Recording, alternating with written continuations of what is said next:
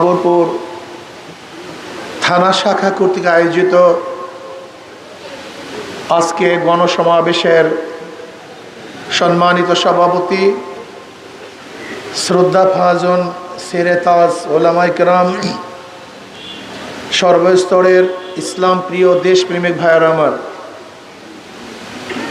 ইসলামী আন্দোলন বাংলাদেশ কি চায়, তাদের দাবি কি, তারা কি নিয়ে মাঠে নামছে, কি বলতে চায়, তাদের উদ্দেশ্য কি, আদর্শ কি, এ ব্যাপারে আমরা অনেকেই জানি না।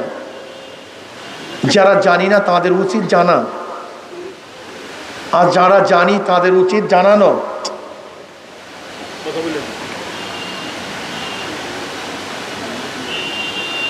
ইসলামী আন্দোলন বাংলাদেশ বিশ্বাস করে শুধু দেশ, দল, নেতা পরিবর্তনের মাধ্যমেই মানুষের শান্তি আসতে পারে না। উদাহরণ, এ দেশ বারবার পরিবর্তন হয়েছে। ব্রিটিশদের বিরুদ্ধে মুসলমান আন্দোলন করেছিল, ব্রিটিশ এদেশ থেকে পালাতে বাধ্য হয়েছিল।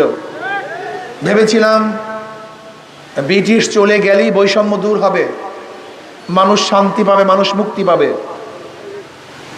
কিন্তু না, সংখ্যাগরিষ্ঠ হিন্দু মুসলমানদের সাথে বৈষম্য করছে, তাদের অধিকার দিচ্ছে না, বাকশক্তি হরণ করছে। মুসলমানরা চিন্তা করছে যদি মুসলমানদের জন্য আলাদা ভূখণ্ড করতে পারি তাহলে বৈষম্য দূর হবে, মানুষ শান্তি পাবে, মুক্তি পাবে। এর জন্য 1947 সনে ভারত থেকে পাকিস্তান নামে একটা দেশ যে আলাদা হয়েছিল, এর পিছনে অন্য কোনো কারণ ছিল না, শুধু ধর্মীয় কারণ। সেই ধর্মীয় কারণটা কি? সংখ্যাগরিষ্ঠ মুসলমান, পশ্চিম পাকিস্তানেরও মানুষগুলি সংখ্যাগরিষ্ঠ মুসলমান, পূর্ব পাকিস্তানের মানুষগুলিও সংখ্যাগরিষ্ঠ মুসলমান। কাজে ভারত থেকে দেশ আলাদা হওয়ার মূল কারণ ছিল ইসলাম। কাজে এই দেশ মুসলমানদের দেশ, অন্য কারো না। মুসলমানদের জন্যই ভারত থেকে আলাদা হয়েছে, অন্য কারোর জন্য নয়। কাজে মনে রাখতে হবে, দেশ মুসলমানদের, অধিকার সবার। দেশ অধিকার, যেরকম সলিমুল্লাহ ইউনিভার্সিটি, ঢাকা ইউনিভার্সিটি, এই ঢাকা ইউনিভার্সিটির যে ব্যক্তি প্রথম প্রস্তাব দিয়েছিলেন তিনি কে? নওয়াব সলিমুল্লাহ রহমতুল্লাহ আলী। তিনি কত একর জমি দান করেছিলেন? 600 একর। এই 600 একর জমির উপরে ঢাকা ইউনিভার্সিটি, ঢাকা মেডিকেল, বুয়েট। আপনারা জানেন তৎকালীন সময় ভারতের হিন্দুরা 41 বার মিটিং করেছিল। ব্রিটিশ সরকার একটা প্রস্তাব দিয়েছিল যেন ঢাকা ইউনিভার্সিটি না হয়। গড়াইয়ের মাঠে রবি ঠাকুরের সভাপতিত্বে ঢাকা ইউনিভার্সিটির বিরুদ্ধে আন্দোলন হয়েছিল। এর জন্য 1911 সনে ইউনিভার্সিটি হয় নাই, তাদের বাধার কারণে সেই ঢাকা ইউনিভার্সিটি হয়েছিল 1921 সনে। কাদের প্রস্তাবের ভিত্তিতে? মুসলমানদের। জমিদাতাকে মুসলমান, পড়ার অধিকার সবার। কথাটা বোঝাতে পারি না? ইউনিভার্সিটি কাদের? পড়ার অধিকার। দেশ কাদের? থাকার অধিকার সবার। এটা মনে রাখতে হবে মাথার মধ্যে। ভেবেছিলাম পাকিস্তান নামে একটা দেশ করলেই মানুষ মুক্তি পাবে, শান্তি পাবে। কিন্তু কি দেখলাম?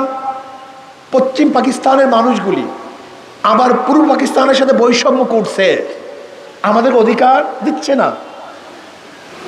আমরা স্বাধীন না, পরাধীন।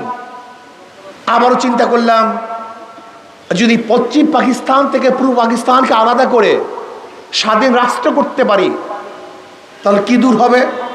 বৈষম্য দূর হবে। কথা বলেন না কেন? কি দূর হবে? মানুষ অধিকার ফিরে পাবে। কাজেই 71-এর স্বাধীনতার স্লোগান কি ছিল জানেন? অধিকাংশ মানুষ জানে না, আমাদের ছাত্ররাও জানে না। সমস্যা এখানে স্বাধীনতার স্লোগান ছিল তিনটা: সাম্য, মানবিক মর্যাদা, সামাজিক ন্যায় বিচার। আমরা অনেকেই মনে করি স্বাধীনতার স্লোগান ছিল জাতীয়তাবাদ, ধর্মনিরপেক্ষবাদ, গণতন্ত্রবাদ, সমাজতন্ত্রবাদ।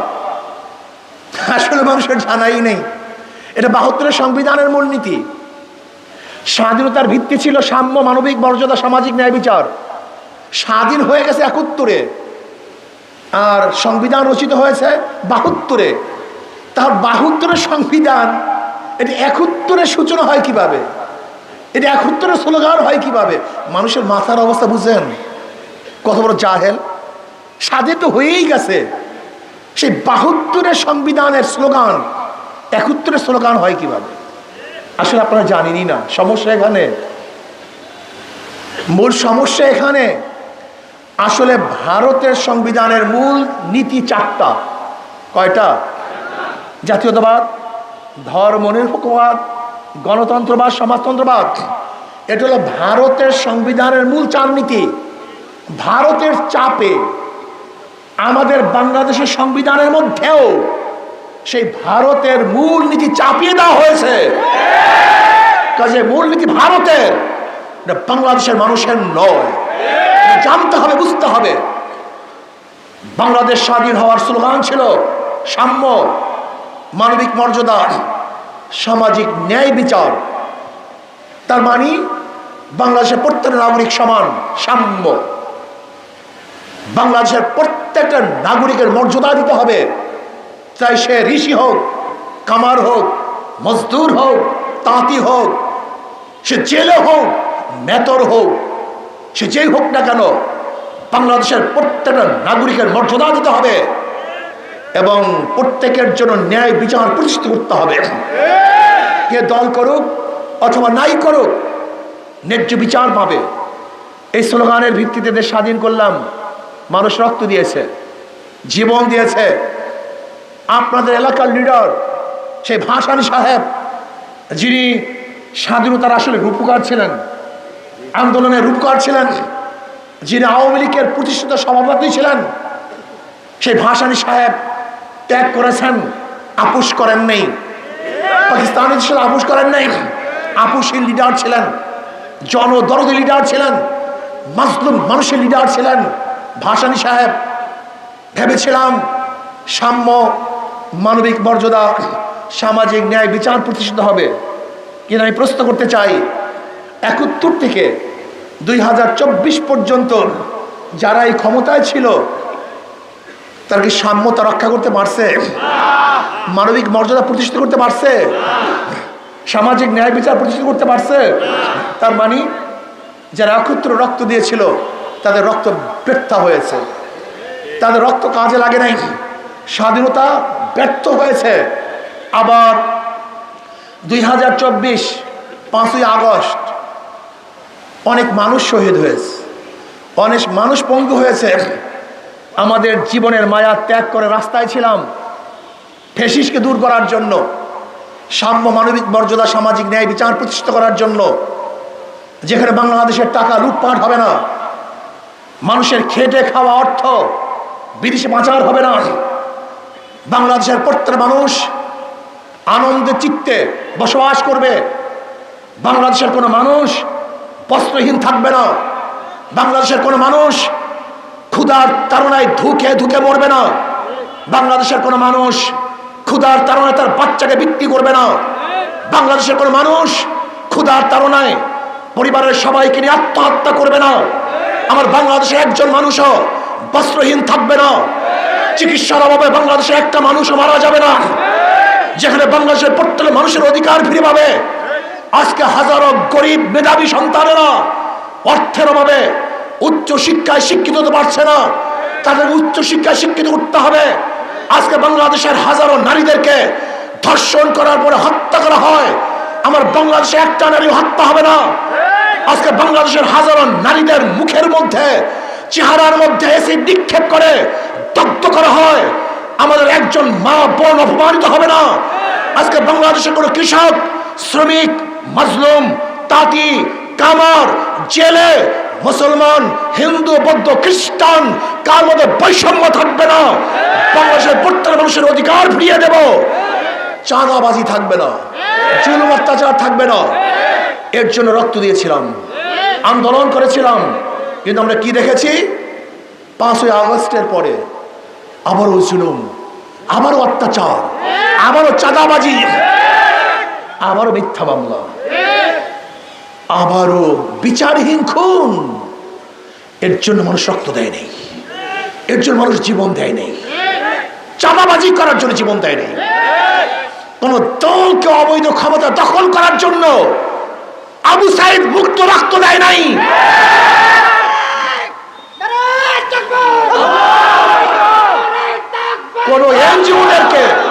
কোন এনজিওদেরকে বিদেশি এজেন্ডা বাস্তবায়নের জন্য এদেশের মানুষ পঙ্গ হয় নাই। কোন বিদেশি এজেন্ডাকে রক্ষা করার জন্য, বাস্তবায়নের জন্য ইসলামী আন্দোলন বাংলাদেশের নেতা কর্মীরা শহীদ হন নাই, রাস্তায় নামেন নাই। অথচ কি দেখেছি? আজকে যাদেরকে উপদেষ্টা নেওয়া হচ্ছে, এরা কারা? এদের পরিচিতি কি? এদের চরিত্র কি? এদের যোগ্যতা কি? আমরা দেশের মানুষ জানি। কি ভেবেছেন যা ইচ্ছা তাই করবেন? যে দেশের মানুষ ব্রিটিশদের বিরুদ্ধে লড়তে পারে, যে দেশের মানুষ পশ্চিম পাকিস্তানের বিরুদ্ধে লড়তে পারে, যে দেশের মানুষ ফ্যাসিস্টের বিরুদ্ধে লড়তে পারে, রক্ত দিতে পারে, জীবন দিতে পারে, মনে রাখবেন যতদিন পর্যন্ত বাংলাদেশের মানুষের অধিকার আদায় না হবে ততদিন পর্যন্ত লড়াই চলবে, চলতে থাকবে ইনশাআল্লাহ।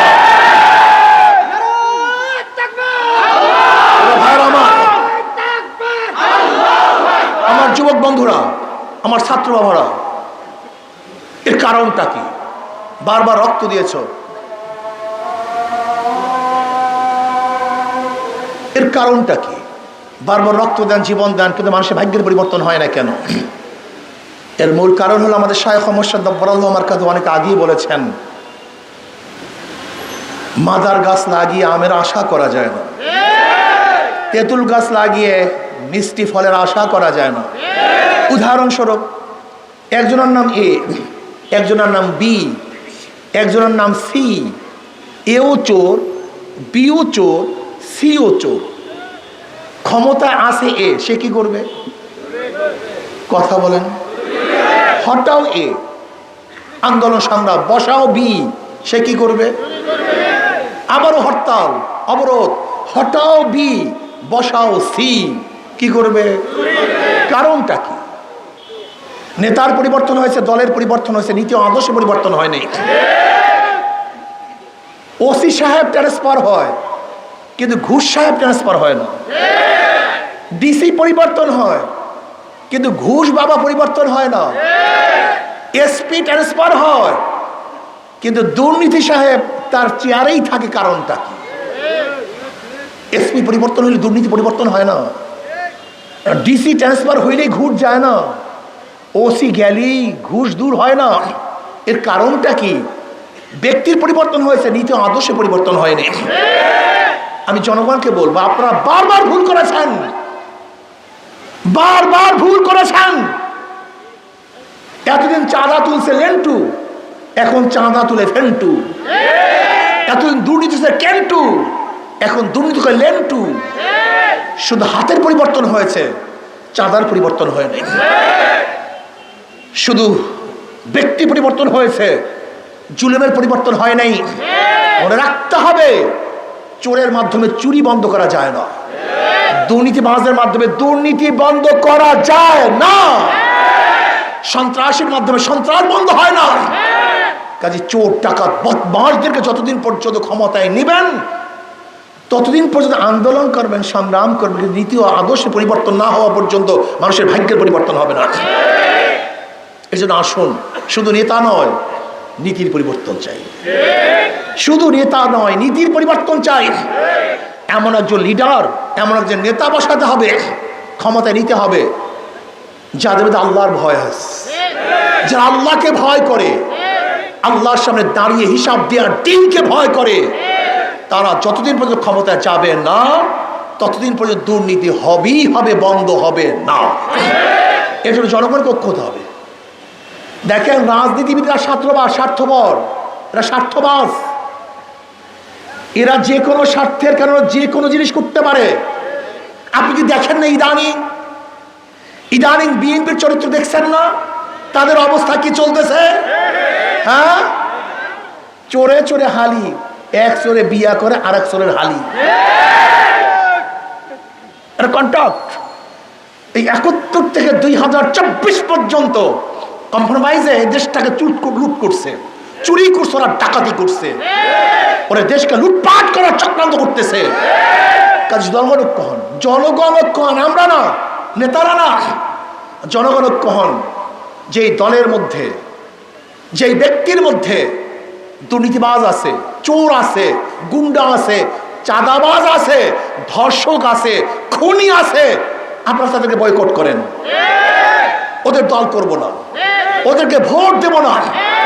যদি আপনারা ঐক্যবদ্ধ হন, ভোটাররা, জনগণ, তার কোনো দুর্নীতিবাজ বাংলাদেশে স্থায়ী হবে না, ক্ষমতায় যাবে না। আসুন, যদি মনে করেন ইসলামী আন্দোলন বাংলাদেশের সূচনা থেকে আজ পর্যন্ত তাদের কথা এবং কাজে মিল আছে, করতে পারেন। যদি মনে করেন আমাদের চেয়ে ভালো কোনো দল আছে, করতে পারেন।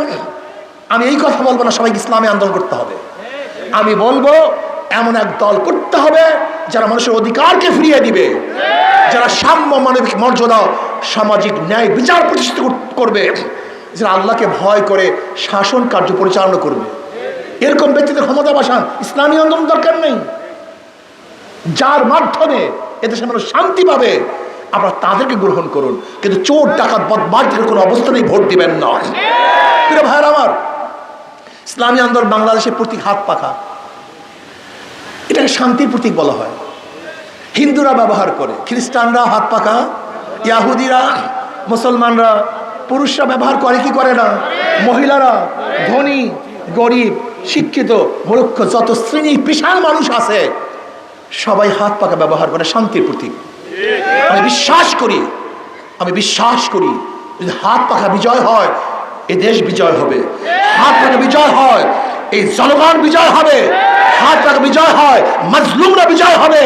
হাত পাখা বিজয় হয়, গরিবরা বিজয় হবে। হাত পাখা বিজয় হয়, ধনীরা বিজয় হবে। হাত পাখা বিজয় হয়, পুরুষরা বিজয় হবে। হাত পাখা বিজয় হয়, মহিলারা বিজয় হবে। কাজে আসুন, আগামী নির্বাচনে দুর্নীতিবাজকে প্রত্যাখ্যান করি, আল্লাহ ভীরু লোকদেরকে ক্ষমতায় বসাবার চেষ্টা করি, হাত পাকে প্রতিষ্ঠা করি, আর পিআর সিস্টেমে নির্বাচন দাবি করি। সংখ্যানুপাতিক হারে নির্বাচন হবে, যে যত পার্সেন্টের ভোট পাবে সে তত প্রার্থী সংসদে যেতে পারবে। যেমন হাত পাখা যদি 30% ভোট পায়, তাহলে 90 জন সদস্য সংসদে চলে যাবে। কাজে পিআর সিস্টেম নির্বাচন হলে এদেশের মানুষ শান্তি পাবে, মুক্তি পাবে। আল্লাহ আমাকে এবং আমাদের সবাইকে দেশ, মানবতা, ইসলামকে প্রতিষ্ঠা করার তৌফিক দান করেন এবং চেষ্টা করার তৌফিক দান করেন। আল্লাহুম্মা আমিন।